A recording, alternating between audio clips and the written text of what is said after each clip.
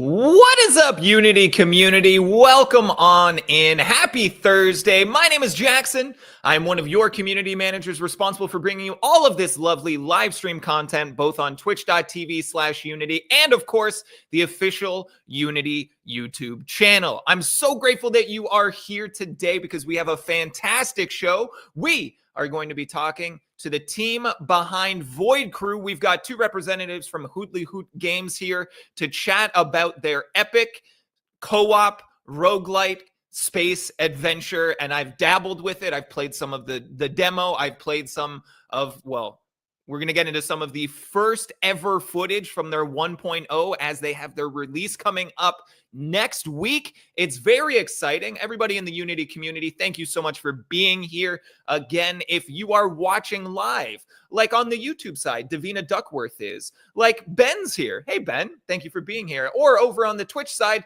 if you're Rogue Nerdy or you're like MD Gamer and you're here watching live, be aware this is a conversation. We're going to be talking to all of these people, but if you have questions, comments, things you want to talk about, we're paying attention to you all in the chat. So feel free to fill those up throughout or just keep each other company as we get into things. Towards the end of the show, we will be doing a giveaway. I'll give you more information on how to win those codes soon, but I'll give you a little bit of a heads up now. You're going to want to head over to twitch.tv/Unity and make sure that you have an account set up there. It'll take you about 30 seconds. So make sure to go and check that out. It'll be great. We're giving away 5 codes to Void Crew later today. But I want to check in with all of you in the Unity community. One of the most glorious things about my job as a community manager is bringing people together from all over the world. So I would love to hear where in the world you are tuning in from. It is fantastic to see. And some people pop in and they do so without prompting. They're usually just like, hey, what's up from France? Bonjour. And that sort of stuff. So I always love that. Please let us know where you're tuning in from. And we'll let you know right now what you have to expect in the next 90 minutes or so. We're going to be going through, like I said, bringing on 2 representatives from Hutlihut Games, getting to know them and the organization a little bit better. We're going to dive into Void Crew's game design as well as their development process before we crack open the engine and dive into their custom toolkit that they set up for themselves to help kind of solve for the challenges that they faced in creating this game. Then we're going to be diving into our giveaway and opening that up to everybody for an opportunity to win a Steam code. And we're going to play a cycle of the game on speedrun mode, but it will be the first ever time we see 1.0 footage from this game. It's been in early access for about 14 months. But we are showcasing 1.0 for the first time here today. So you guys are all in for a treat. There's lots of very, very cool things coming up here. We got Rogue Nerdy in Sweden. Hello from Serbia. Kalu. Welcome, welcome, welcome. Jelangtree is over there in Toronto. We've got people in LA. We've got Syria here, England. Welcome on in, everybody. So good to have you here. And Loris is calling out that it's fully optimized, or I suppose optimized. Fully is a dangerous term in anything software or games related. We've also got Hungary represented. So good to have everybody from all over the world. And I'm excited to get this stream started. So we will be throwing to a trailer in just a moment. And when we come back, we'll be greeting our 2 guests from Hutlihut Games. But I want to tell you guys a little bit about Void Crew. So, developed by Hutlihut Games and entering 1.0 on November 25th, Void Crew is a chaotic co-op roguelite game for up to 4 players. Outfit your spaceship and crew for thrilling quests, brave fierce enemies in space battles, and try not to panic. In space, no one can hear you scream except your friends. Welcome aboard. You are about to embark on the most important journey of our time. Engage Void Jump.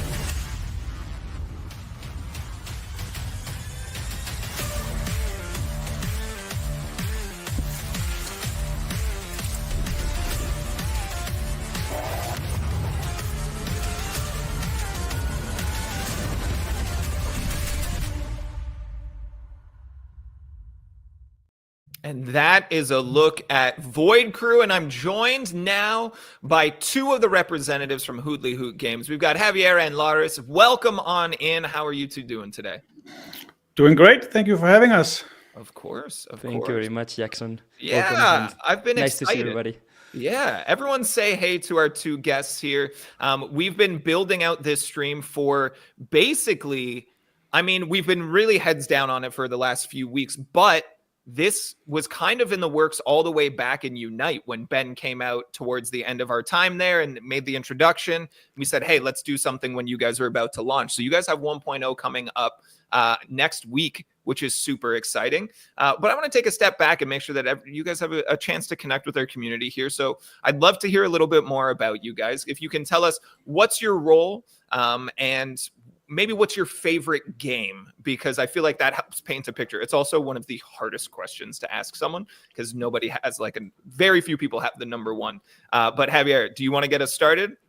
Sure.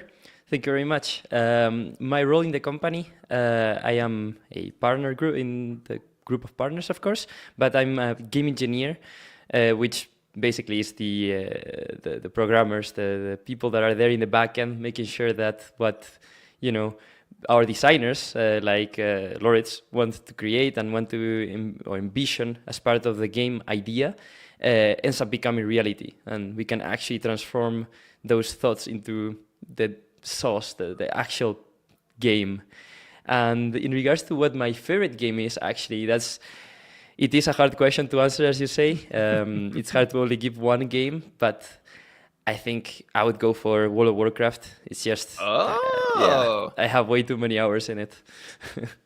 Are you an active player? Like you're still playing to this day? I love that. Yeah, I'm one of those retail players, actually, which is strange to see nowadays, but yeah, that is me.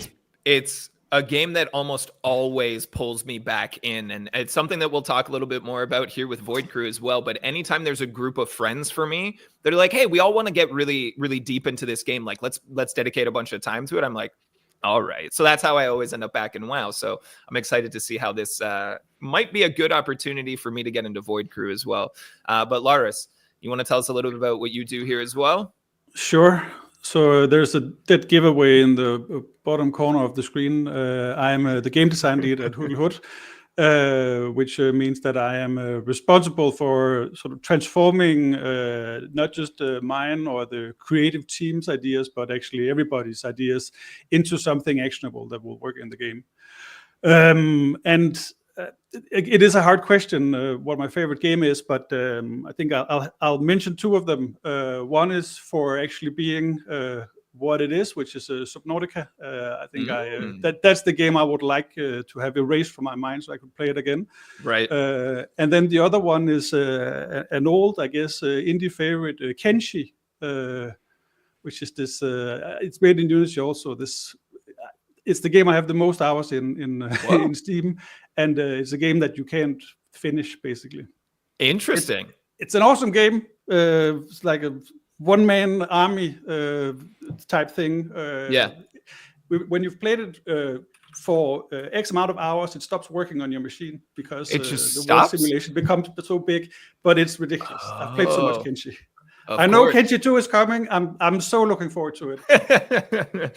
We love that passion. We love to see it. And I want to know more about Hutlihut Games in general as well. Again, Unity community, if you are just joining us, we are talking to the team behind Void Crew here. We've just put a bunch of links in chat for you to keep up with the team. You can check out their website. You can check out the game's website. And we also have the Steam page linked for you all as well. We're going to dive a little bit deeper here.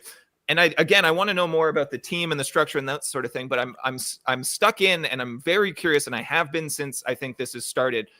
Why the name Hutlihut, and what does it mean? Does it translate to something? How did we get there? So it doesn't translate to anything. Okay.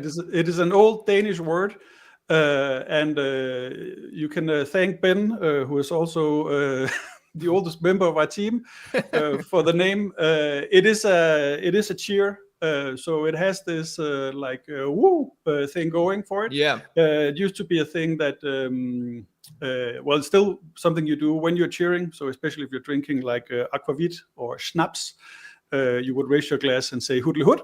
And it became very big in Denmark when I think it was the European Cup, when we had a key goal, and the TV commentator just yelled it into all of the living rooms all across Denmark, and then people suddenly became acquainted with it.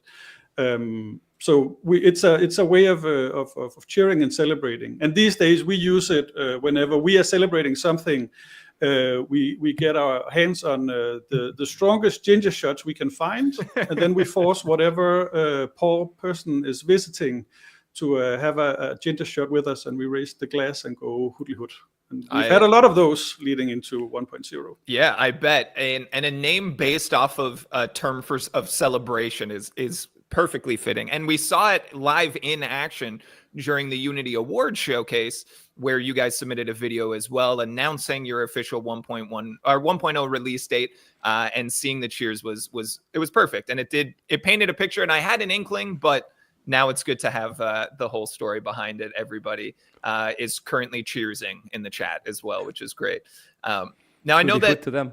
Exactly. Hutlihut to everybody. I know Hutlihut is based in Copenhagen, and we have a few of you representing the team here, but how many people make up this entire team that's been working on Void Crew? And is everybody in Copenhagen, or is everybody kind of scattered around as well? Yeah, so we are 14 people total. Most of us are actually in Copenhagen, but we are a diverse team, like from all over Europe, and we also have people working abroad. But both Laurids and me, we are both here in Copenhagen. This is actually the Hutlihut office. Oh, you're in the office. I was gonna say, I'm in my basement, but yeah, that's just because it's late in the evening in Denmark, and sure. I have hopefully a kid upstairs. hopefully they didn't leave the house. Away. Yeah, that's pretty much also the office also counts. Yeah. It's the extension of the office. But Javier, I was gonna say, it was really cool that they let you take home a giant Void Crew poster, but it makes sense that you're just in the office. I actually have one at home as well. I could have thanked you. We do have those. Yes. That's great. If you guys want to send one all the way to Vancouver, let me know. I would love to have one, and I'll replace one of the raccoons for sure. We take that. We will. It will happen. Yes. We'll trade. Yes. We'll trade. Perfect. I like it. When you can kind of pull team members, like you said, from all over Europe, you kind of open up Pandora's box a little bit, and you have access to so many candidates. How do you kind of narrow down who the right candidate for a position is? What is that? What are you looking for? And then for our audience, essentially, what are things that they should be aware of looking for to maybe get into the industry for the first time or move within? How does that process look for you guys? So there's a sort of a historical aspect to that, especially when it comes to Unity, because Unity comes from Copenhagen with the 3 original founders. Mm-hmm. And obviously the first office was also I remember going to New Year's parties there, very good New Year's parties, but also very tiny. I think there was 30 people working at Unity. Whoa. Yeah, OG in that sense. But it does mean that for the longest time, especially in Copenhagen, there's been a really strong Unity community. And it also meant that the game jam scene was almost fully saturated with people who were showing up and knew how to use Unity and could pull off some amazing stuff. And we've been really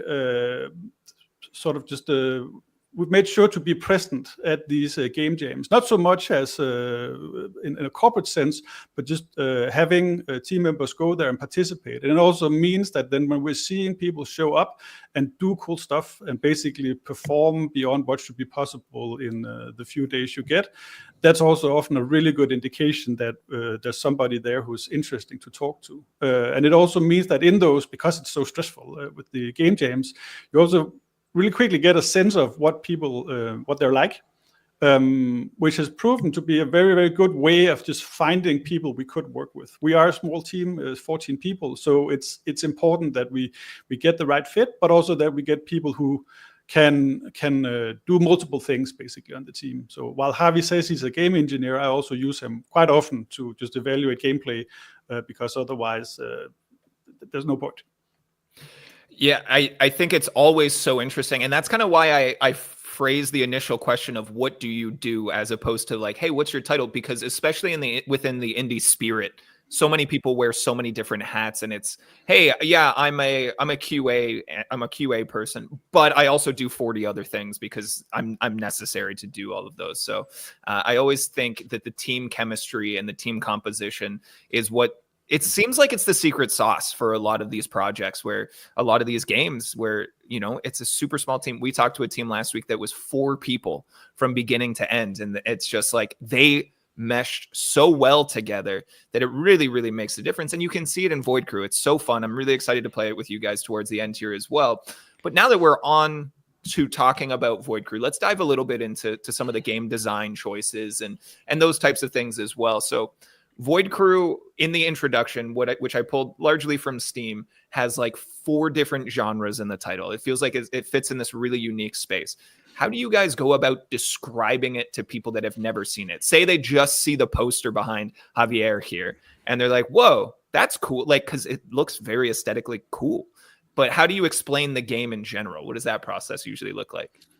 So we try to hit the notes on why you should play it, basically. What is the fun offering that comes with playing Void Crew? So Void Crew is a 4-player co-op chaotic roguelite where you build your team. You and your team build the ship together. When we've been showing it off at conferences and so on, we often try to describe the team as basically like an RPG paper doll character.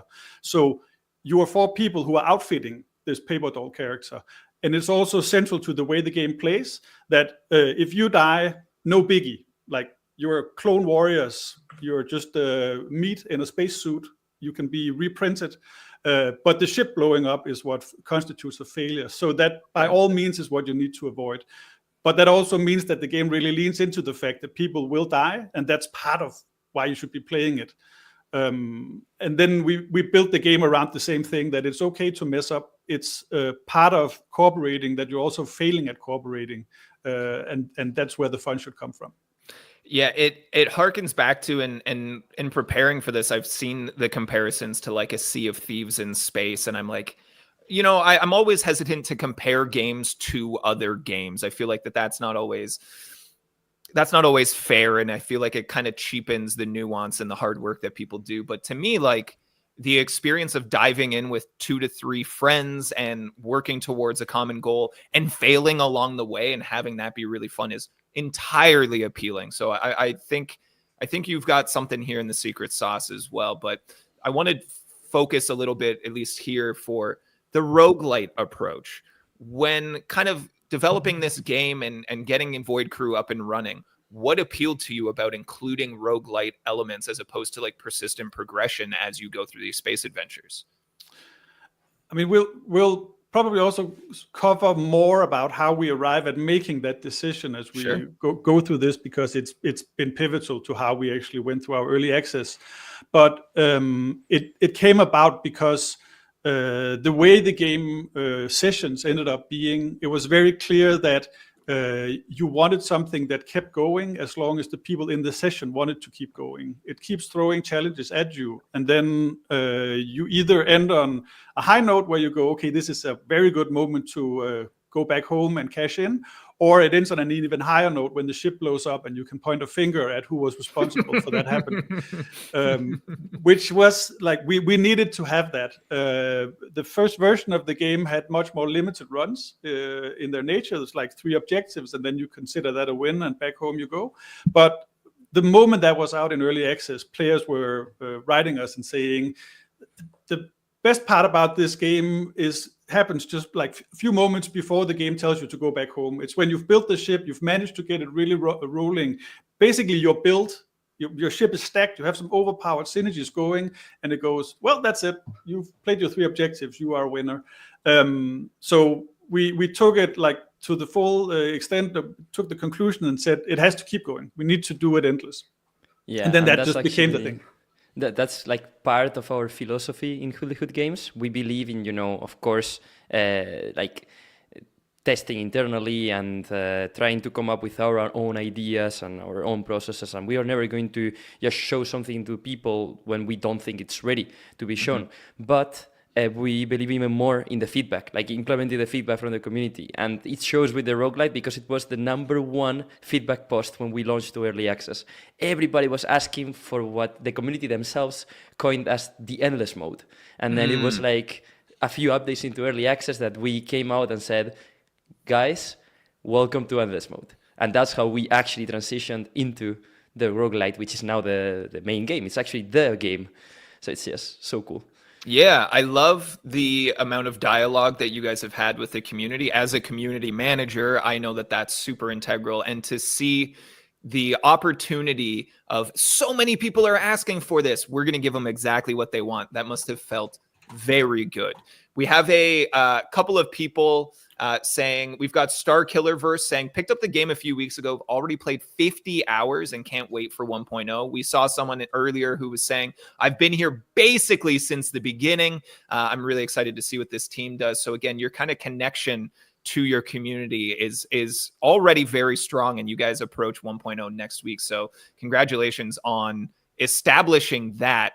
We also have someone saying that Endless was possibly the best update for me and my buddies. So again, it's not an easy feat to establish and maintain and upkeep a relationship with your community. And as a community manager, you guys are doing a great job. But we do have, who was it here? Davina Duckworth. It wasn't. It was Davina Duckworth saying that co-op game design seems much more complex. And it kind of brings me around to a question that I wanted to pick your brain about.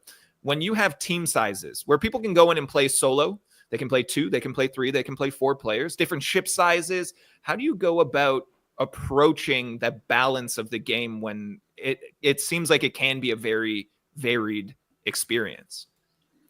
It's definitely also one of the biggest challenges we encountered when trying to build the game and make it feel good. So obviously there's a few good techniques we could lean on. The classic term of an AI director, I think that was Left 4 Dead, right? Another 4-player co-op game that introduced that back in the days. So without sitting down and going through the tech talks on how they implemented that, we took it to heart what it was trying to do, and then said, well, we can probably apply some of the same logic to our game, which works for everything from 2 to 4 players. But sort of the real challenge was also that the game is playable solo. And even through dynamic joining, you can join a solo player, which turns the session into a 2-player session. You can end up with a 4-player session that started as a solo. It is possible. And that was a major challenge because the solo players naturally want a bit more automation in the game. If you were to do all of the roles as a solo player, it becomes a nightmare. But the more automation we added, the less there was to do for the full teams. You would basically have players who go like, I feel like I'm a little bit obsolete because the automation elements of the game are taking over. And that was a really hard balance to strike. But we did some cool things, especially for 1.0 about dynamically making things work better aboard the ship. And then the challenge was more to communicate to the players that these balancing things are in place. So when your solo thing turns into a multiplayer thing, you will lose out on these benefits, but you're doing so because you're having another player join your session. Yeah, Right. and I like the way that the community person brought this topic up because they have focused on the design aspect of things. Obviously, it's like what we all really care about in the end, but it also impacts the technology behind the game, obviously. It's not only the fact that now we are dealing with a networked environment and so on, but all of these terms that Laurids has described as he has been approaching the topic, like creating an AI director, allowing joining your friends midway through a session. Also what we have called host migration, which is just the host of the session changes and there is no stop. We all remember like the old games where, oh, host has changed, allow me to do like a 10-second loading screen. All of that is gone, and that's also technical challenges that we have approached and we have accepted, and I believe we have very well tackled for especially the 1.0 version of the game. So we are just super happy, basically. Yeah, I'm excited for you guys, and I'm excited to see this launch kind of happen next week. We've got Ben Zerb in the YouTube chat saying, I've been slowly but surely recruiting friends. I think I have 8 folks who have this game because of me now, and we're hyped for 1.0. And it's changed a lot, right? 14 months of early access, you guys constantly listening to feedback from all over, and we'll talk a little bit more about that. But you guys mentioned to me in the lead up to this stream, essentially that you had 3 core pillars that helped kind of guide the process. Can you tell us a little bit more about the pillars and how they may have even changed over time? Yeah, for sure. So the 3 core pillars are obviously, and like Divina Duckworth also mentions, co-op. So we need to put co-op into one of the pillars, because the pillars as a design tool, let's say, are what we use to evaluate every single feature we talk about, or at least every single player-facing feature. How does it align with the 3 pillars? So co-op is one, tactile interactions is the other, and the third one is epic space battles. Because if we can cover those, then we know that that's what our secret sauce is going to be. And co-op in this sense also meant stuff like making sure that not just that you're cooperating, but the fact that you are playing the game together. It means looking at the game, the ship that you're on, and everything that happens a little bit like a stage where you're also performing actions with your friends. So stuff like emotes or the voice chat, which we'll get into detail on, are also designed with this in mind. They are leaned against the pillar, so it's not just something we added, but something we added because it reinforced the other the specific pillars. Tactile mechanics is an interesting thing. It was present very, very early in the game, and it's actually also, I think, probably where it resembles stuff like Sea of Thieves and maybe even Subnautica the most, is this thing about the fact that the egg types, the clone warriors on the ships, they're a little weak. They are not the killers. It's the guns and so on the ship. The ship itself is a badass, but the egg types are pretty puny. So all they have is their hands. And they're running around, lugging stuff around. You're like carrying things in your hands. You can only carry one thing and then put it on the shelf. So it means that another set of hands is a really important thing in the game. And it also means that whenever we're doing stuff like automation, we have to look at, are we automating this too much? Are we actually killing a tactile interaction that we could have had if we didn't automate this? So that's been a recurring thing whenever we were looking at going, oh, it would be much easier to do this. But if it hits the tactile interaction pillar in the wrong way, we're not doing it. It needs to support it. And then epic space battles came in because it's what you're doing in the game, right? Mm-hmm. What is the story that the crew should tell themselves and celebrate afterwards that they've been doing? It's fighting enemies. It's also then baked into how the game works. If the pillar had been exploration, we would have done more with exploration, but it's focused around the void jump that jumps you from objective to objective because we want to get you to where the action is. You shouldn't sit and feel like you're waiting for things to happen and like you're settling somewhere and hiding while a big ship passes and so on. That's not what it is. You are in the fray, you are killing stuff, and you are yelling at your crew members to get their act together because things are about to go even worse. We've seen some of the gameplay footage. I think it's really cool. We've been displaying basically a session with 4 people playing, and you can kind of, like, even without audio, even without hearing the people speaking, you can see the frantic co-op nature, which I love. When you have game sessions that are reliant on multiple people being in a space, how do you guys approach distributing lore? Like in Void Crew, what works really well as a lore vehicle and what might not work as well? I can speak to that one also because obviously it ended up being something that almost clashed with the game design. When we just going to rewind a little bit. You talked about the big picture behind Harvey and the way the egg types look and so on. They follow a visual style that we call the Techno-Egyptian because we thought it would be really interesting to go in and put a lot of lore into this thing. Right. But then as we started playing the game, we realized that it's not so much about the lore. It's actually about the fact that there's 4 players trying to survive and they're trying to talk to each other. And most of the time, you're not even listening to the voiceovers that are happening as the ship's AI is trying to explain what's happening. You're talking with your teammates. And it meant that if we're trying to do any kind of exposition, there's a very, very big chance that you just didn't hear it. And it meant that at the end of a session, nobody would be looking at each other and going, "Oh, that was such a nice lore reveal. Look at that." And nobody would be leaning back and looking at a 30-minute cutscene that did something new. It just wasn't for the game. So we moved the lore to a backseat thing, and we said instead, it's really cool if the lore lives parallel to the game. If players can get into the lore and they can talk about what's happening, but also just lean against existing tropes for what a game like this could be, then they take even more ownership of what's happening. And that also means that we have a much cooler sort of interaction with the audience in terms of actually deciding what the lore is at that point. So it means that as you're playing the game, relatively little lore. It is a roguelite. It is an endless, so you're going to be revisiting the same objective. Nobody is talking about the fact that you're like, we keep killing this thing. That's really weird. It's not a problem. But when you get back to the hub, that's where you can take a breather and listen to the, I think, awesome newscaster who's narrating what just happened on the recent mission. That's very, very cool. And again, like, a relatively unique approach as well. Before we kind of move off of game design and talk a little bit more about the journey of getting here, as again, 1.0 is next week, I did want to pull in a question from Midnight Miko, who says, how did the team come around and land on the 4 archetype ability trees, and what do they envision their roles on the mission to be and their impact on mission success? What was your approach to essentially giving classes or archetypes in the game?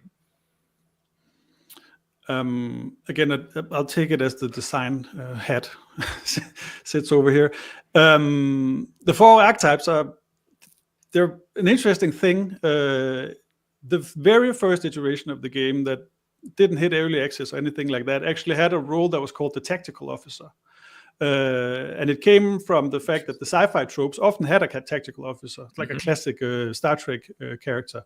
Right. But whoever was playing that role spent most of their time looking at a tactical terminal. So they were looking at maps and top-down views and so on. And it was all pretty cool, but they were so far removed from the action that it felt like that was sad. It was actually not what we wanted to do with the game. And that there's artifacts of the tactical officer still present in parts of the game, obviously things we left around. And we have had community people who went like, the only thing I wanted in this game was to be a tactical officer and stand by that 2D screen and look into it, which is obviously fun to find out. Not what we wanted to do, but that's okay. Some people like to look into screens. I do in my basement, but not in my game. But the 4 roles that then came about were these things where you go, it makes sense that there's somebody who wants to sit and gun. The pilot is the pilot, that's the role. The pilot ended up taking over more of the tactical officer also because we had the third-person view in the pilot seat where you can see everything outside. So you get the big overview. You assign targets and so on. The co-op part of that works really well. And then the engineer, that one is interesting because we've had so much feedback from people who are just like, they love playing the engineer because the role is all about optimizing and being there on the second somebody needs an enhancement to hit or something like that. They love tidying up the ship while everything else is going down. And the last thing they want to do is to sit in a gun. And then the 4th role is is the scavenger, which came about naturally because the game has what we think is quite unique, that you can leave the ship and go out and explore. You can go to space bases, procedurally generated, and look for loot. And that role then became its own thing. But what ends up happening also is that because the perk trees work the way they do, you often see that people will do hybrid roles where you pick the scavenger tree and go like halfway down into it, and then you spec for something else, so you're also a decent gunner. And my personal favorite, I play as a pilot most of the time, but it hurts me because the scavenger is the one who gets the grappling hook, and I love grappling hooks. Which also then means that we have players who are like, they just take the grappling hook from the scavenger tree, and then they're like an engineer who's grappling around inside the ship doing repairs, which works wonders. Yeah, we wanted to, at the end of the day, give players the possibility to get their hero moment. Their moment in the session, or when they feel like they're actually fulfilling their dream archetype or what they were choosing to be in that session, and everybody else in their team actually feels it. They're like, wow, look at him. He has now become like the master pilot, right? Or the engineer has got us under control and he has the ship optimized to the brim. And we think that we have achieved it. Actually, with 1.0, we are finalizing the work on that, and it just feels great. We can't wait for people to try it out. I'm very excited. I've only played the tutorial, and I'm excited to dive in with you guys a little bit later. But like you touched on it, the fact that you have epic space battles in ships, and you hop off, and then you have, it feels like you guys are doing so much with this game, and people seem to be really resonating with it already. The people who have come through and said they've been playing it for a long time seem so excited for 1.0, which is it's got to be a very, very exciting time here. But I really do want to take a step back and kind of look at the beginning of this process and kind of go through the development as well. Now that we've kind of established what the game is and getting to it. I know that you guys have spent about 5 years making this game. It's been in early access for 14 months. How did that journey start? And then how was the time kind of allocated over those 5 years? Was it go the entire 5? Did it get conceptualized and then slow down and then come back up? Did the team ramp up over time? What did that look like for you guys? So it definitely started. It started slow, but it started with a vision of this game. A much smaller team to begin with, and then as things started happening and the vision became concrete, there was a playable demo of the game. We also got a publisher on board, Focus, who've been great to work with. And at that point, we could start ramping the team based off of the fact that there was a game. But there was a game before there was a publisher. And then once there was a publisher, there was also the bigger plans. So it really kicked off, say, something like 3 years ago. My sense of time is completely shot Yeah, these days. But it really started kicking off back then, and I think the solid technical foundations also came in by then. There are versions of this game which were built around a more like raft-like approach, where the ship was at the center of the universe and the rest of the environment was moving. Obviously, that didn't really afford that you could leave the ship, and once that got taken out, that was the, I'd say, technical foundation for Void Crew as we're seeing it today, because it meant that we now knew the scope of what we were trying to do. Yeah, that's I'm very excited for people to get their hands on this. I think I'm so fortunate that when we do these types of interviews, I get to talk to people who have been passionately working on something for such a long time, and then they're finally on the brink of basically being able to share it in its near completed form with everybody. So I love these conversations. I'm really excited. Unity community, if you are just joining us, we are talking to the team at Hutlihut Games about their epic co-op roguelite space adventure, Void Crew, and you guys should all be very, very excited about this. We do have the opportunity to win one of 5 Steam keys coming up at the end of the show, and we will be diving in engine to see how the team created a custom toolkit to basically solve for a number of issues that they ran into. But right now, I want to pull in a question here from Avalux in chat on the Twitch side. Says, and it aligns with one of the questions I wanted to ask you guys about here, but were there any other games that inspired this one? So kind of, yeah, taking a step back to that first whiteboard, you guys show up and you're like, we want to make a game. What were some things that you guys considered? What inspired you? Yeah, so this is something actually that we talk a lot about internally, because this project started like a dream. Another part of the pillars of the company, basically, is kind of like that we want to play and build the games that we wanted always to play and we couldn't before, right? And that's exactly the case here. Like the whole idea for the game started when our creative director was playing Faster Than Light, and he wished that he could play that game that he was spending so many hours on, multiplayer with his brothers and basically friends as well. Like he wanted that experience in multiplayer, and he couldn't get it. And from that, obviously, we have diverted a lot from the initial vision. We still could, you can still definitely see the resemblance, but that's what sparked the first idea behind Void Crew. And it's not the only inspiration at all. Like there are so many games like Overcooked, Helldivers, Sea of Thieves, as you've mentioned before in this stream, actually. Even in our combat, some of the more expert players that know how fights work can even see resemblance to like Horizon and Horizon Zero Dawn. You kind of like dismantle these big enemies, like shoot at their weak spots, destroy their oil tanks. Like there are a lot of them. But there is even like cool stories with this, because when we launched to early access, we started having a huge amount of our players that were telling us, God, I love this game. This is like Borrow Trauma, but the new version of Borrow Trauma. And we honestly had not taken inspiration from Borrow Trauma. It had just not happened. And nowadays we can actually also, we have new sources to pull inspiration from, because the community is telling us that what we've built originally actually has lots of ideas that we share with them.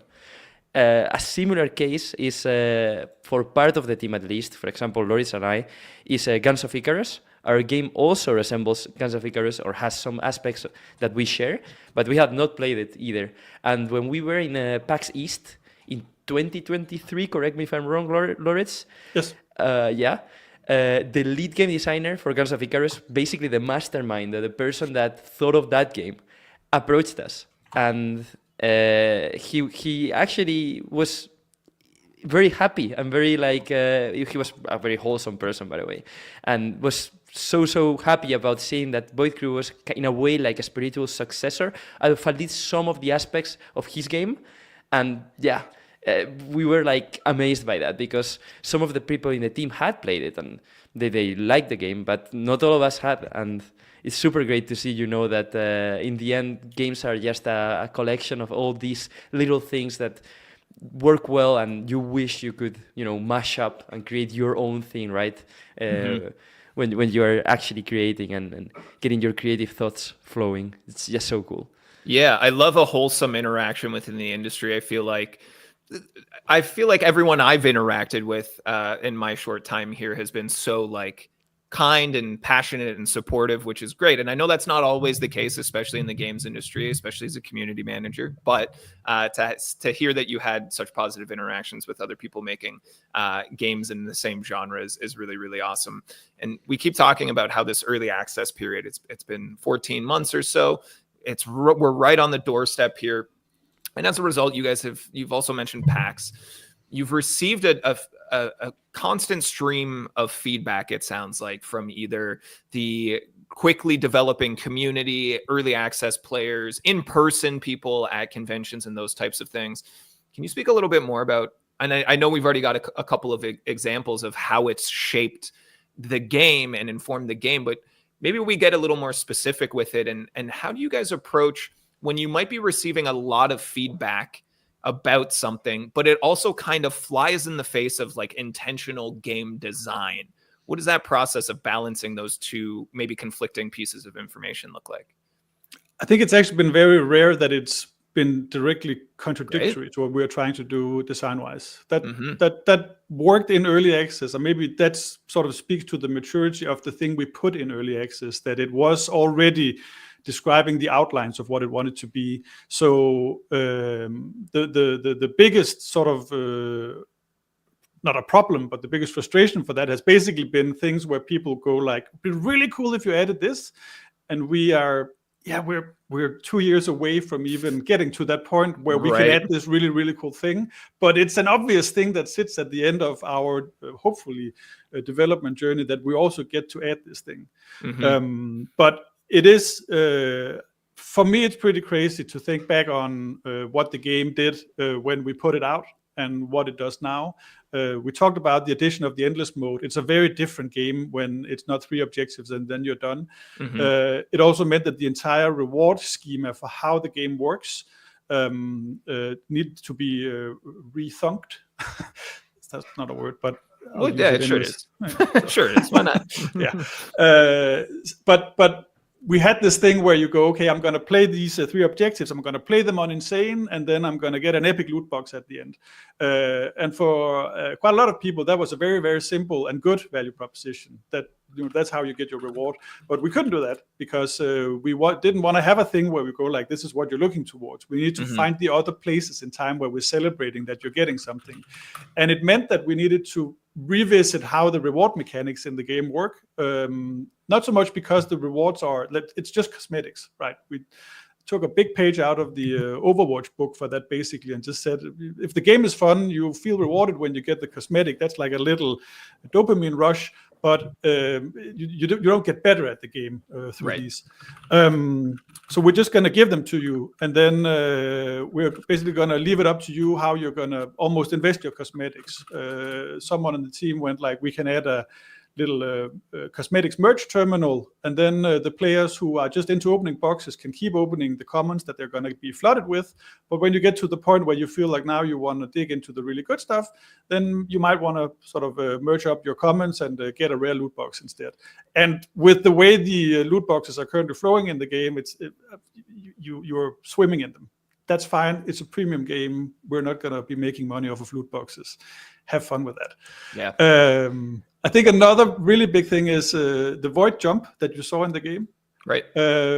We had a lot of player feedback, which was that super cool with the action. The escapes out of the objectives are really, really good. There's this tense moment where you need to plot your escape, get the void drive charged, and get out of there. But we need a breather, basically. We need like a place where we can just calm down and talk about what just happened, and place blame, obviously. And in the first version of the game, the void jump was just like 2 countdowns. One to go into the void jump, and then you travel through the green tunnel, and then another countdown, and you arrive in the next sector. And if you're unlucky, you arrive right on top of the next boss. Sorry, not a boss, but the next objective thing, and you're right back in it. Horrible for the flow. And the players were all over it, of course. And they were really on top of it also, saying, we need a breather. And we're sitting there like, veteran players, the most veteran you can get because we're developing it, and going, do they really need a breather? But then when we added it, of course they needed a breather, and we also needed a breather. And it turned out that it became sort of a key thing to the game, that you have the void jump, you go into the void, suddenly it's the thing that the Star Wars movies never really did that much of, where you're like, they're traveling through hyperspace, the stars are flying by, but they're actually just chilling, drinking a cup of space coffee while waiting to arrive.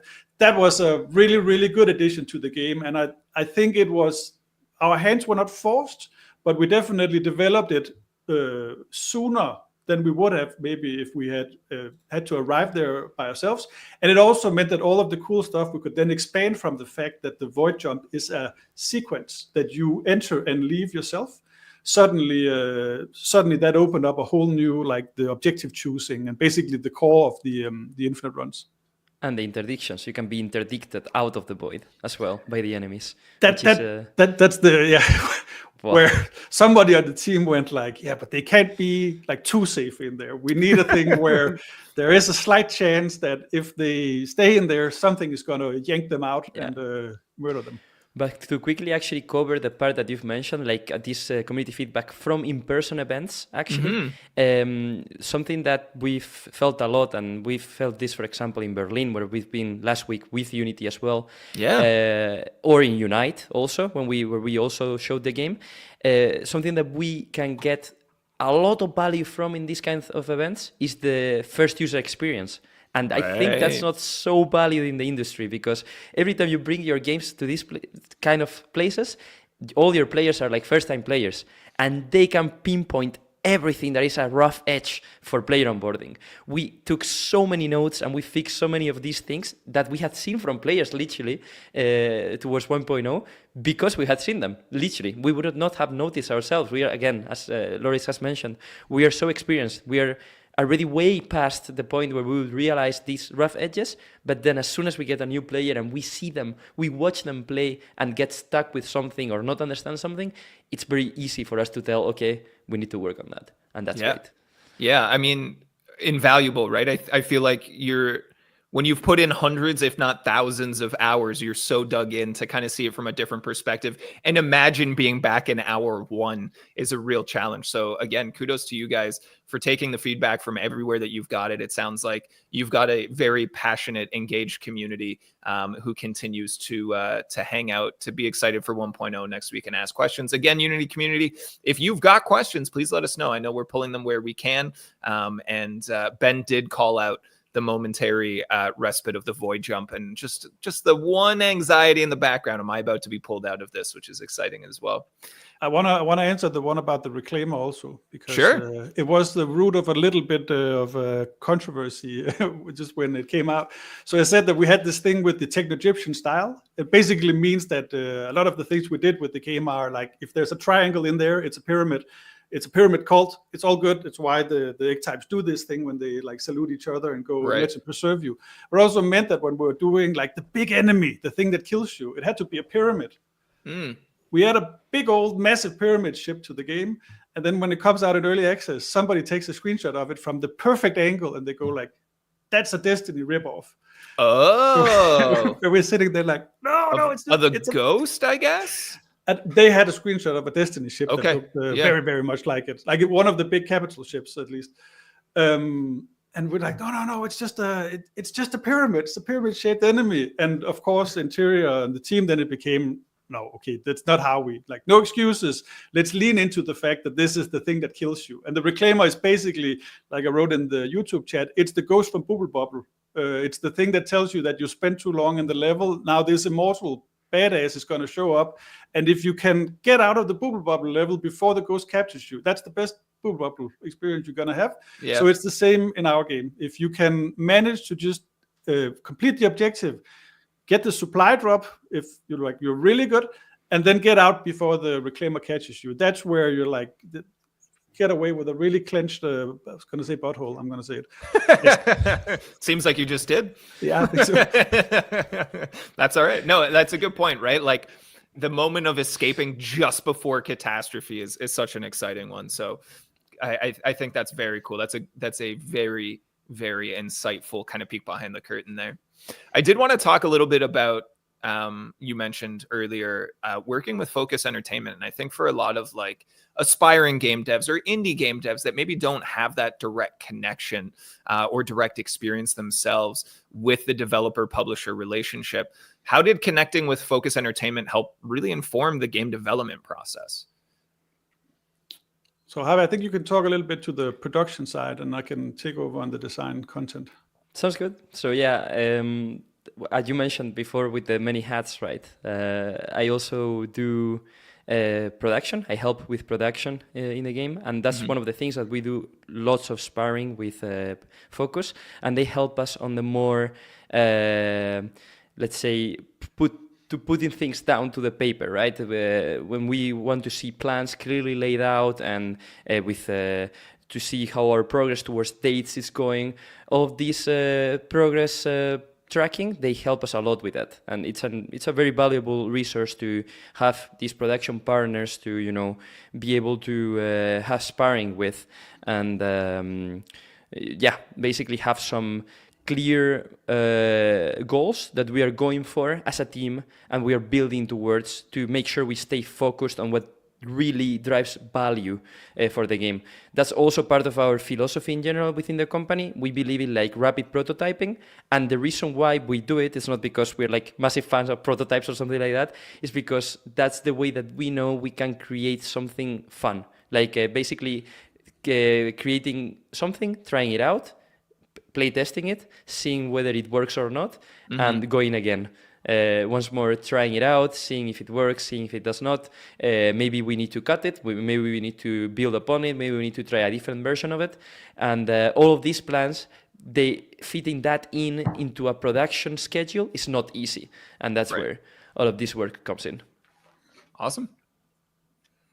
And from I've sat with the content track in the cooperation with Focus, where they've been a huge help. We were allocated basically an in-house designer from their side, who I have on my Steam friends list and can see the amount of hours they ended up playing the games, like genuine player, a fan of the thing. So whenever they came back and talked about having played the game and what they were missing, they were like, they was always spot on, but with that added angle also of it being a game designer that was external to the product. And usually it also means that we got a lot of the first time impressions, like the rough edges and so on, from our community, but we would also have somebody who had the long view on the thing and was used to finishing, like basically how to wrap up the product, who could really help us set the pinpoints that we needed to aim for in what we were doing.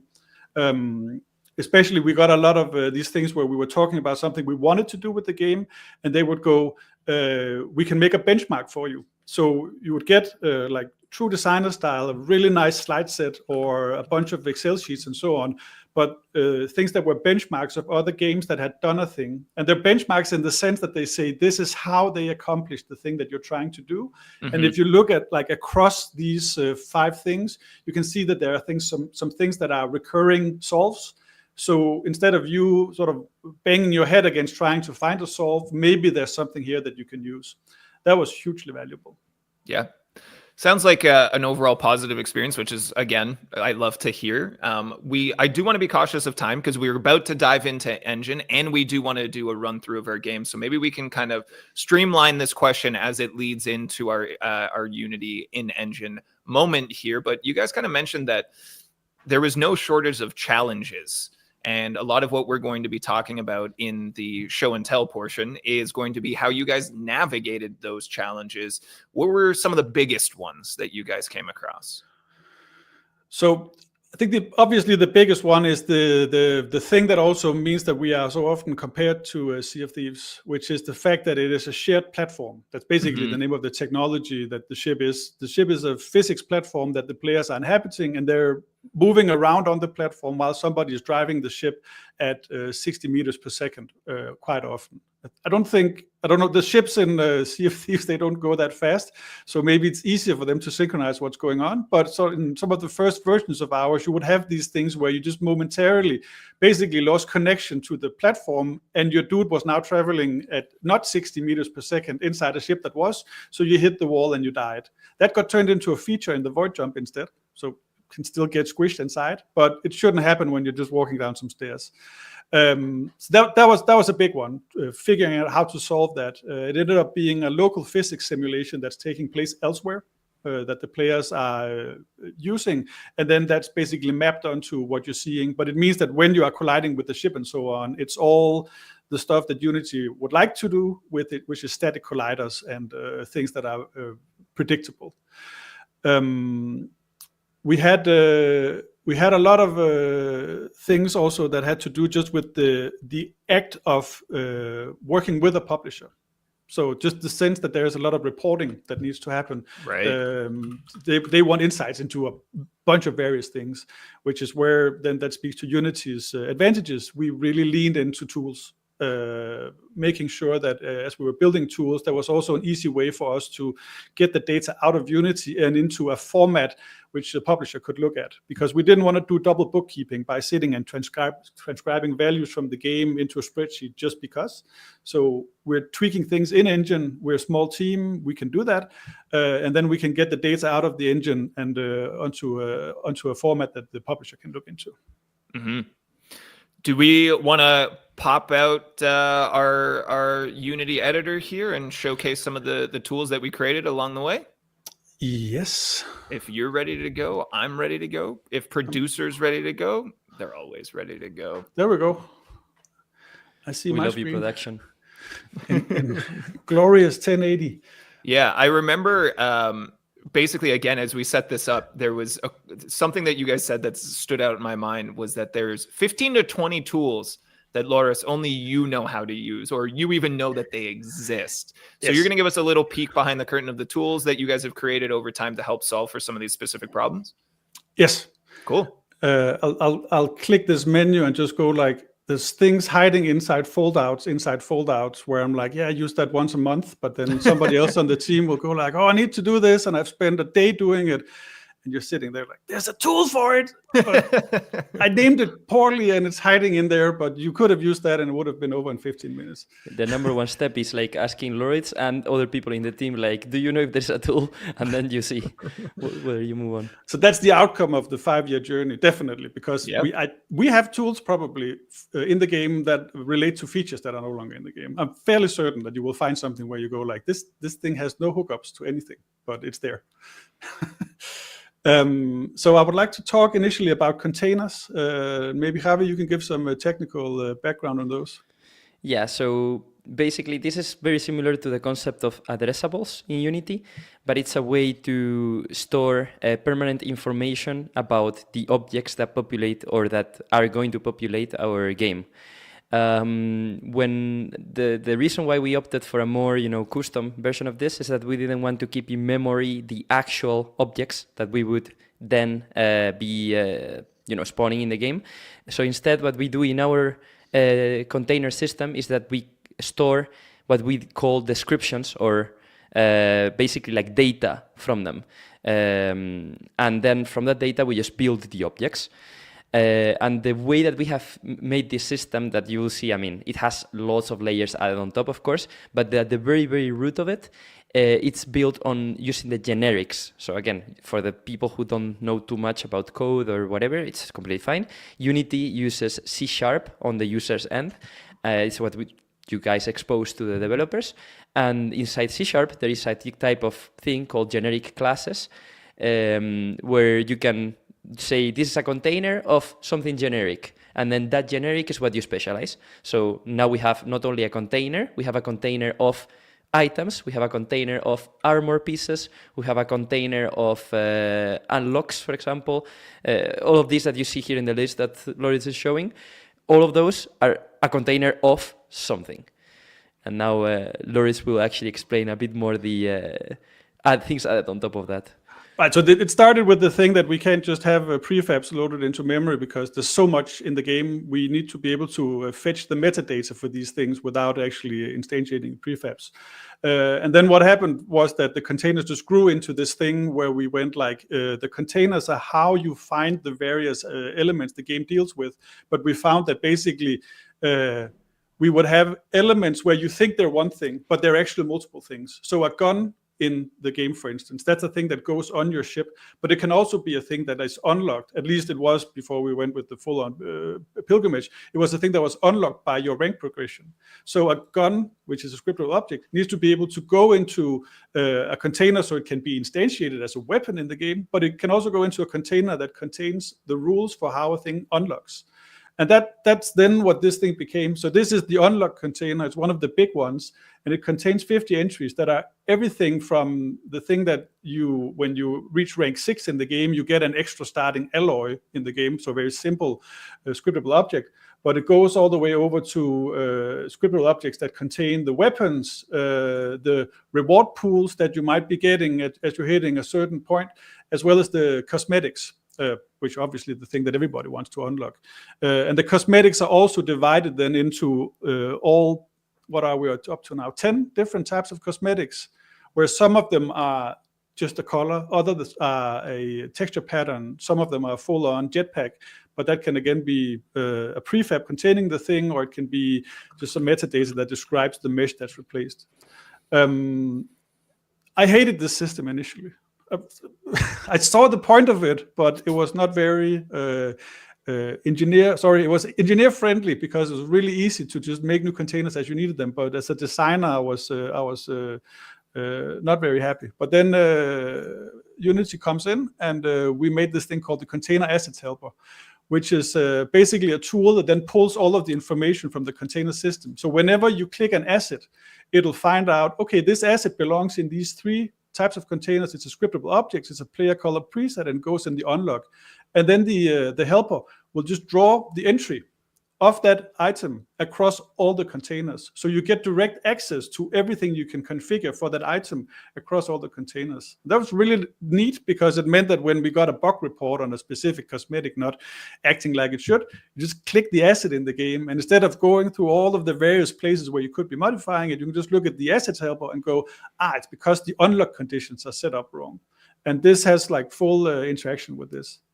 So that was a huge help. It meant that this container assets helper became this the nexus for how you interacted with all the assets.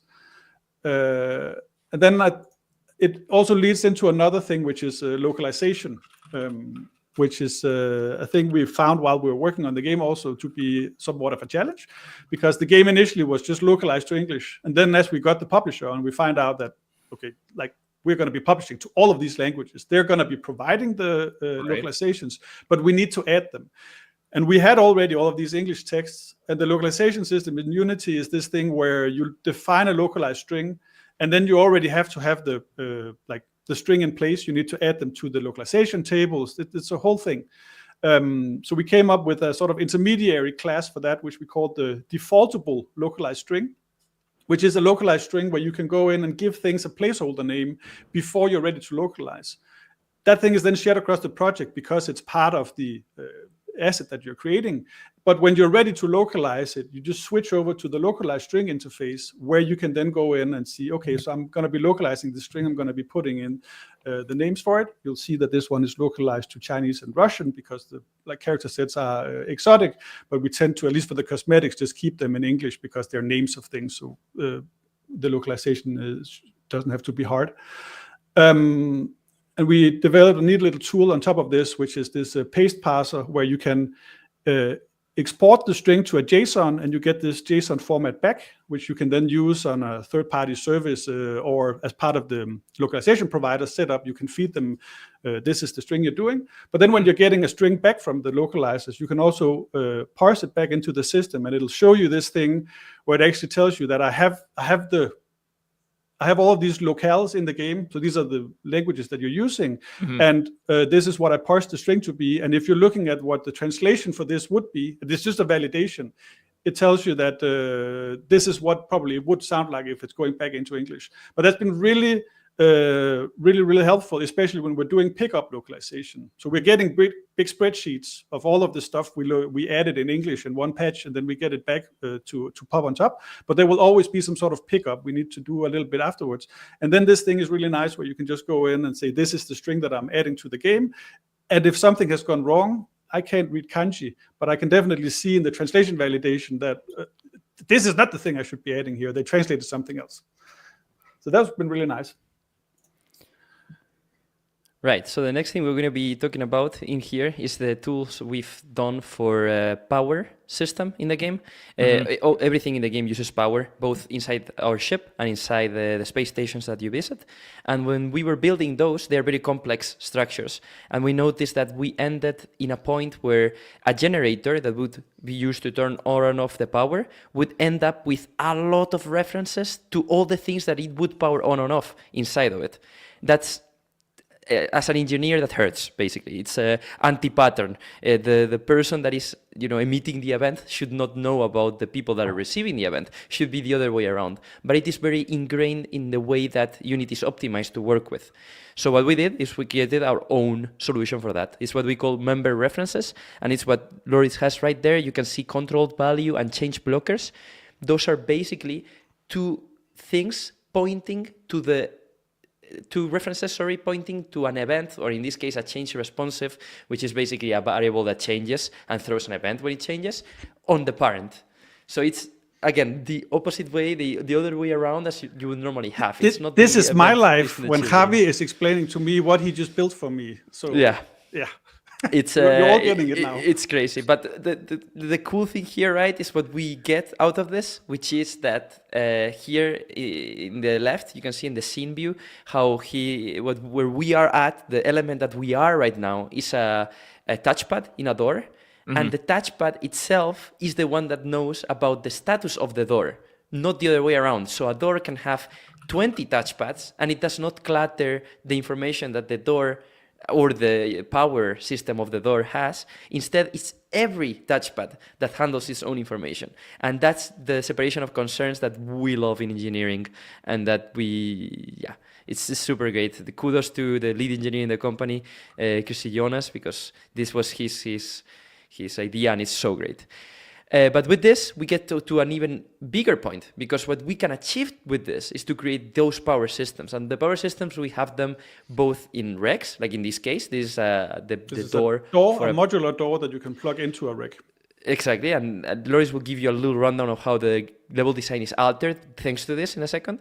But not only there, it also connects with something as root as the ship, because the ship, in your ship, you build it the way you want it. You choose what modules you install. Everything happens runtime, depending on the player's actions. And this is how we achieve it. We have these, remember, references that work internally within each module. And then every modular piece of a base or order of the ship connects to the rest of the structure in runtime. And what that achieves, it was Laurids is going to show right now, which is so cool. I need to change view. You need to, yes. But So here we go. look at this. So we end up with these procedurally generated space locations where I can basically go in and set up quite complex interactions. And then because the system is capable of spawning these at runtime, it'll reconfigure itself as elements are added. So when I just click away from this, the entire base disappears because it's not actually there. It's just a metadata that gets added on top. But I can click in and see the various composite nodes that make up the base, and also go through like sub customizations on them to see how they could actually come out. Cool. It's very cool. It's and to be clear, none of that is in the hierarchy. Actually, it's all getting simulated. Basically, what could be appear. Yes. There are hidden things that are added. But only with the visuals. But you can go through and see what you're making, and then control the extents of them. And it has some cool stuff, like this building that's sitting over here is it's a power plant. But what it represents in the game design terms is that it's the power puzzle for the site. And because it's a power plant, it comes with one type of power puzzle. But I can add a randomizer to it and say it should come with another type of power puzzle, which might be that the things need to be repaired instead of outfitted with power fuses. And when that is in there, then once that power puzzle has been solved, it'll start adding power to the full plant, regardless of what's there. And sometimes you'll find them with a gun, like we're seeing here. When that is powered up, it might be hostile and start shooting at the ship, which can be bad. You want to hide then, or you want to blow it up before you power it on. But it can also be a friendly turret, or it can even be a manable turret, which you will then have powered on, and you can go. So it means that when you're going to an objective, usually it'll be the pilot who goes like, we have the base on the right. Oh, I see it comes with these things. And then suddenly maybe the scavenger needs to think about actually going down and sitting in the gun instead of just going down there, grappling around and getting back to the ship. And that adds the variety that the game really thrives from. This was really cool once it actually got up and running. And the big part of this was dynamic joining and getting all of the power systems to just agree when people joined and left what the state of everything was. But it's there now. Yeah, and that big building you see right there, it can literally be a completely different one. Like that is the raid bases in our game, one of them. And look at that. With the click of, this is basically a different roll of the dice, it can become a different building altogether. It's so crazy. And just before we head into playing, that we will be heading super soon, just a technical note into how this is kept in memory internally. We built sort of like a tree of all the possibilities that exist, all the choices that exist in the base. And then the thing that we need to network is what combination of that tree ends up being chosen, or that's how we roll it basically. So you can think of it as a tree where every level is just a byte, and within the byte you have up to 16 different possibilities basically. And you can have like the way that zeros and the ones are arranged in every level of the tree determines what path you've chosen to end up with one base or the other in every single one of the different nodes that make up the base. It's just super great. It's one of the most fun systems to work with, I think. And one of the first thing it does is it lay it out, and then afterwards it dresses it up with the additional logic. So that also means that it's not just visuals, that there's containers ending up on top, because those containers are sometimes open and they contain a possible spawn spot. So when you are looting the base, you want to be on the lookout for a generation that placed the spawn spot just off the beaten path. You can go check it out because there will probably be something good in there. I like that that's a deep cut, that like understanding the systems can help players understand where to play and look for things. And I've never seen a procedurally generated system this way personally. But Elnia in the YouTube chat also calling it out. Seeing the procedural generation is so much fun. This has been really insightful, and hopefully for our Unity community, a little educational, a little informational that people can kind of take away and maybe use this to inspire some of their own designs, their own approaches to things. So thank you guys very much for diving into this. I do want to show off some of the game, and I want to make sure that we have the opportunity to showcase a couple of things. I know we're a little pressed for time, so I think we're going to have to amend our initial approach here. I think previously we were going to go and try and basically speed run an entire cycle of the game, which I don't think we're going to be able to do right now. But why don't we hop in? Because I know we wanted to talk about using VVox. So why don't we hop in and kind of showcase that system, and then get into a little bit of space traversal or space battle and go that route. Does that work for the team? Sounds great. Perfect. So since we will be switching to in-game audio, we'll have you guys mute our call here. And then that way you, Unity community paying attention right now, everything you're going to hear from our guests is going to come from in-game.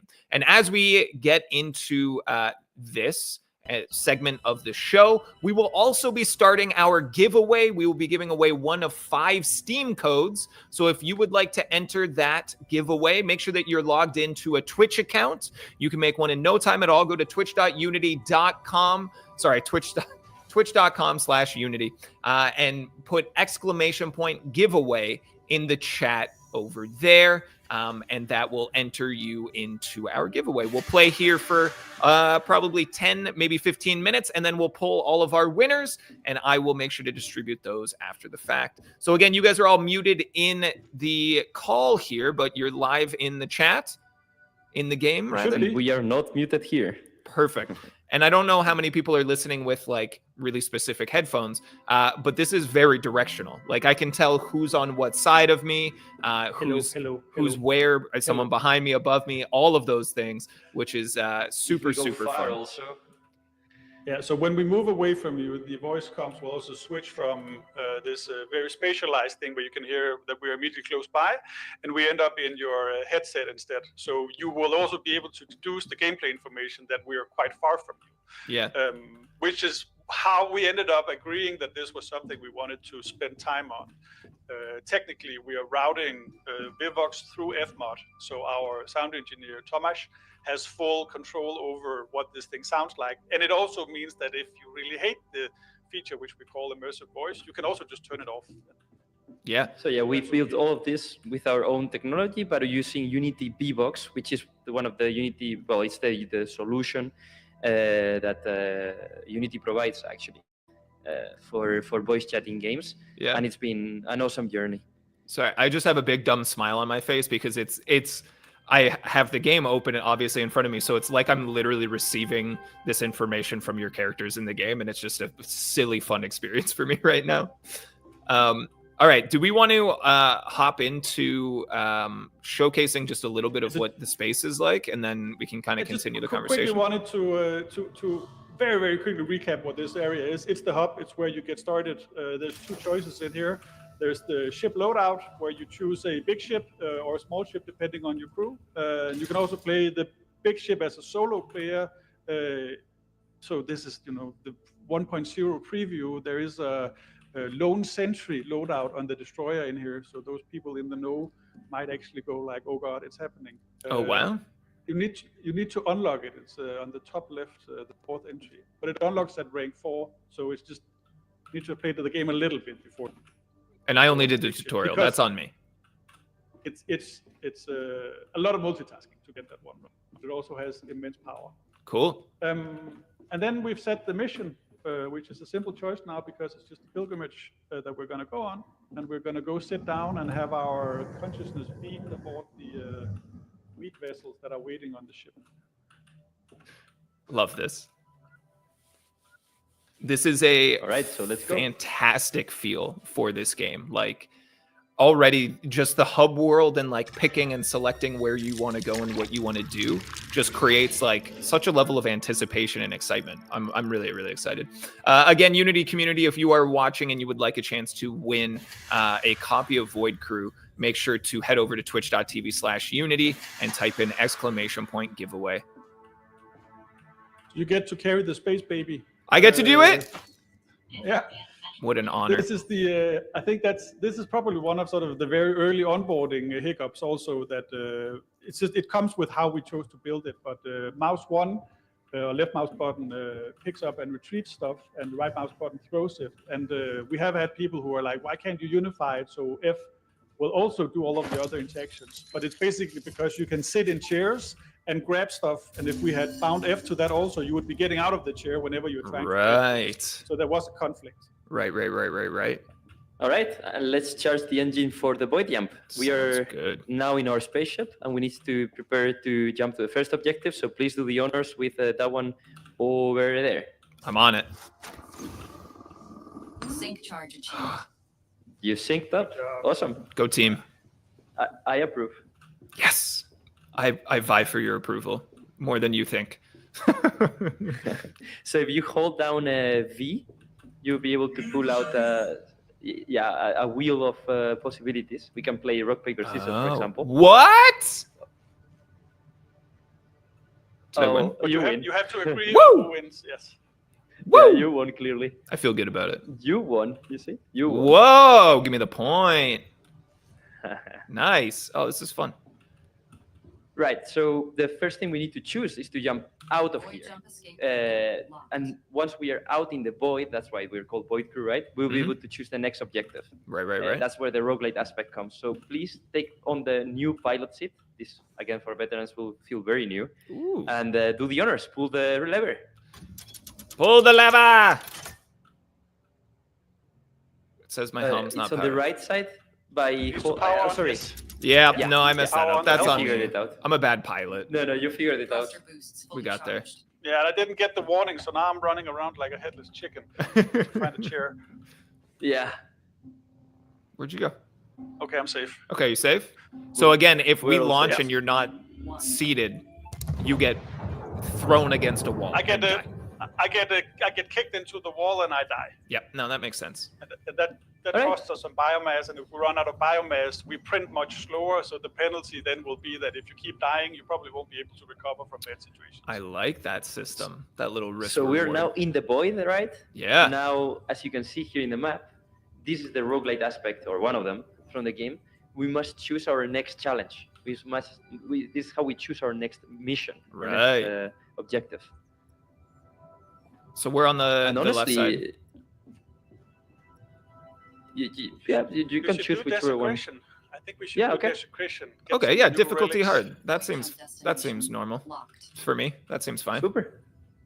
Then So you then- can You're gonna be pull the flying? lever, and now actually you can stay seated also. Okay. After you pull it, you can press tab to see the jump finish in third person. Wow! Pulling the lever, everyone. 3, 2, 1. Perfect. My PC. Whoa. That's beautiful. There you go. I like that a lot. This is one of the new objectives that we have created with this version. Mm-hmm. And you can pilot us there if you want to. Oh yeah, I'm Also in I'm a first good or pilot. third person, whatever is most comfortable to you. Or you can shoot. That's also fun. I might shoot. I mean, I'm doing a little bit of both. Sure. Yeah. This is fun. Good that there's cruise control as well, it looks like.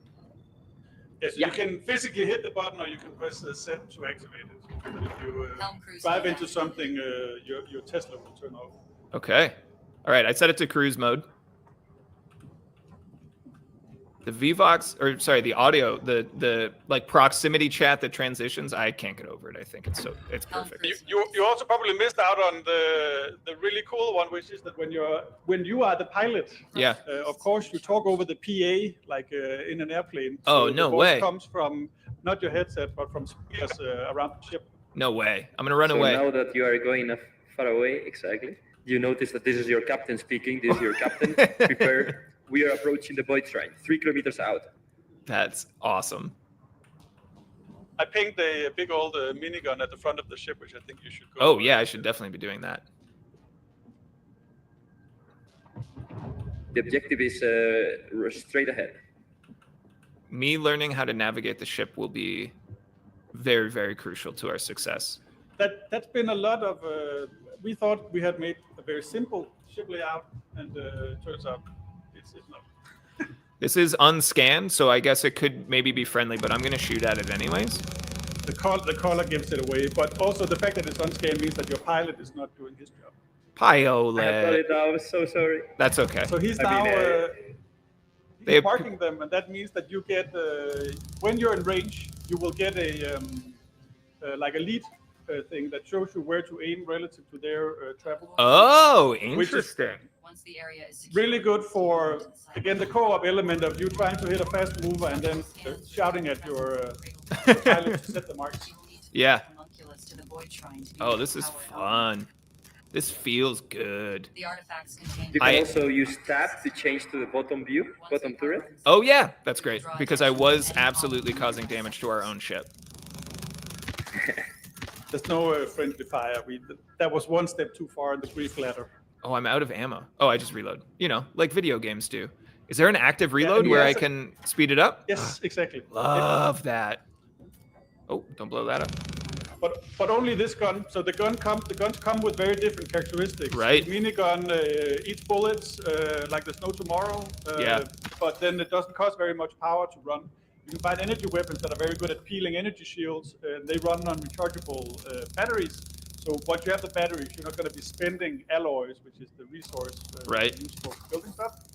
And there's the trusty rusty gun, the benediction cannon, which will just shoot until it overheats, and then you can cool it down and continue shooting. Oh, missed it. Good job, Okay, so team. that's the threat cleared. I'm gonna park the spaceship so that we can leave on the port side. Yeah. That's the left. Thank you for clarifying, because I am bad at ship directions. I would have messed it up for sure. We are very sci-fi intense. Hmm. All right, parked now.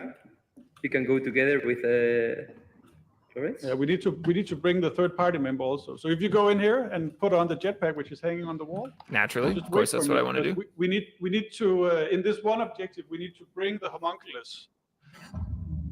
Otherwise, nothing will happen. Oh, we got to bring it with us. Yeah, and that powers down the ship, so it was a good thing that we cleared out the enemies before we did this. Copy. Am I floating? I don't want to be. Oh, I forgot to put on my jetpack. Oh, no. That's oh, and now we are on the EVA radio. Oh, man, this is cool. Again, like another mode for the communications. Yeah, so the funnest part of this one is when you hear somebody who suddenly switches to it and they're not supposed to. It's usually because they got sucked out the airlock while walking down the hallway and are now calling from outside. That's excellent. And so we need to power up this place by putting the homunculus here. But before we do that, we can just inspect the relics, which are sitting here. Oh, there's a very good one here. So this is one of the new relics, which has a scaling effect, where for each trip circuit breaker you have aboard the ship, you get more damage on your guns.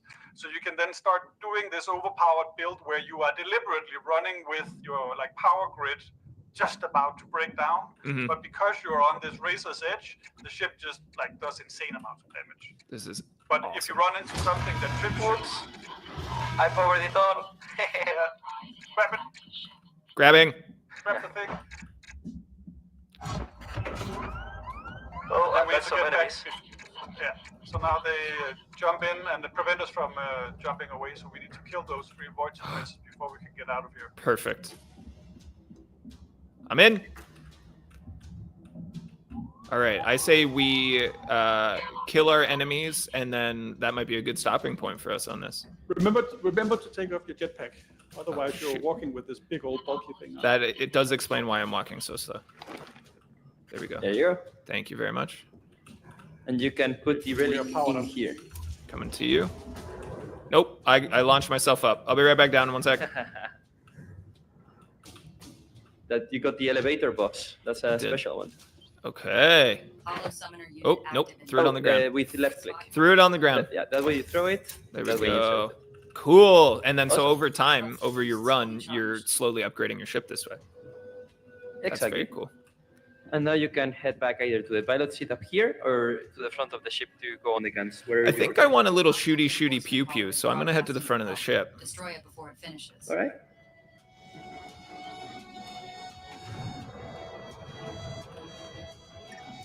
There's some heavy fighters below us, and that summoner managed to get off the call. All right, that's a lot of enemies. Yeah, we should probably try to rush down the suppressors, maybe. Yeah. We might get overwhelmed by the enemies if not. Is suppressors the one that causes enemies to spawn? No, it's the thing that prevents us from jumping out. So the void jump now understood. can't be performed. The pilot will see that he has a negative Debuff. buff on his void jump. Ability. Oh, okay. Anomalous jump. We are basically stuck on this sector. Either we escape by either we kill the enemies or they kill us. Oh, great. That that's- seems fine. That's a mechanic that's used in certain objectives. Others allow you to just jump out, and that's been considered an objective failure. But like the penalty is just that you didn't get rewards for doing the objective. Oh, understood. Right, so Alpha is destroyed. Let's go for... Oh, that's one of our new enemies on 1.0. On top of us, Where? the energy morph. Circuit breaker. Electro. above us. Oh, hell yeah. System failure. Oh, I gotta reload. Ah, I missed it again. I'll get it. Oh, wow, we're getting really electrocuted. Good job. Yeah, there we go. It overloaded our power grid, but we could actually have leaned into that and allowed it to flip the circuit breakers, because then the relic would have started triggering, and we would have done lots more damage. And there's a sniper shooting from distance. This is fun. Yeah. All right, everybody, the stream's gonna run 3 hours over today because we're gonna be playing this forever now. Fine by us. No, but yeah, we are destroying the second suppressor below the ship while I try to dodge the sniper. We'll get hit for the sniper afterwards. Excellent. Let me know if you run out of bullets. I can. I think we have some more stashed. Yeah! With my last Oh, there's a bullet, no bomber below less. us, Harvey. Oh, heading for the bomber and the sniper. Let's go for them. Yeah. Focusing the bomber There's first, Alpha. There is a KPD on this loadout though, so we might be not. I'll fully- try to get them. I feel like this does such a good job of fulfilling this sci-fi fantasy of like getting your friends together and running a ship. Like this might be the most like true experience to that, I think, desire that so many sci-fi fans have. We love to hear that, honestly. Thank you so much. Oh, I love this. It's literally what we want. Like, it's crazy. I Yeah, we really got want to Alpha dive down into below this. the ship. That's a sniper. And Bravo on the left side, port Alpha side. is down. Alpha down. All right. Bravo. Woo! Towards it. The active Oh, a reload summary is fun. just jumped in front of us. New Alpha. Got him. Awesome work. Summoner's down. Warning.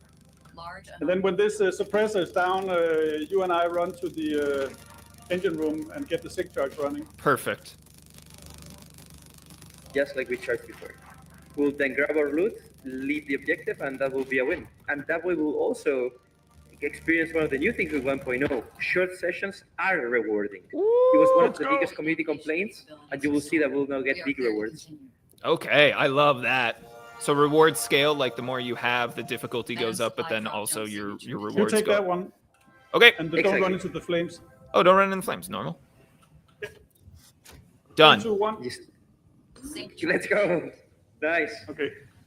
I'll All set right, the so- escape vector. Ow! I did run into the flames. I know you do told me need not to. our loot, though. If you can power on the scoop, the scoop is how we Goblin bring mode. the loot into the ship. Absolutely. I need Scoop my is in loot. I the need my rear? No, wait. experience. I moved the scoop somewhere else when we started. I It's on redistributed the... loadout.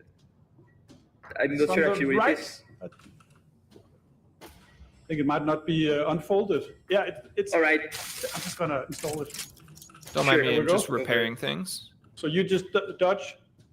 I'm trying to dodge. I'm trying to just have so many missiles, those. Oh, that yeah, seems not good.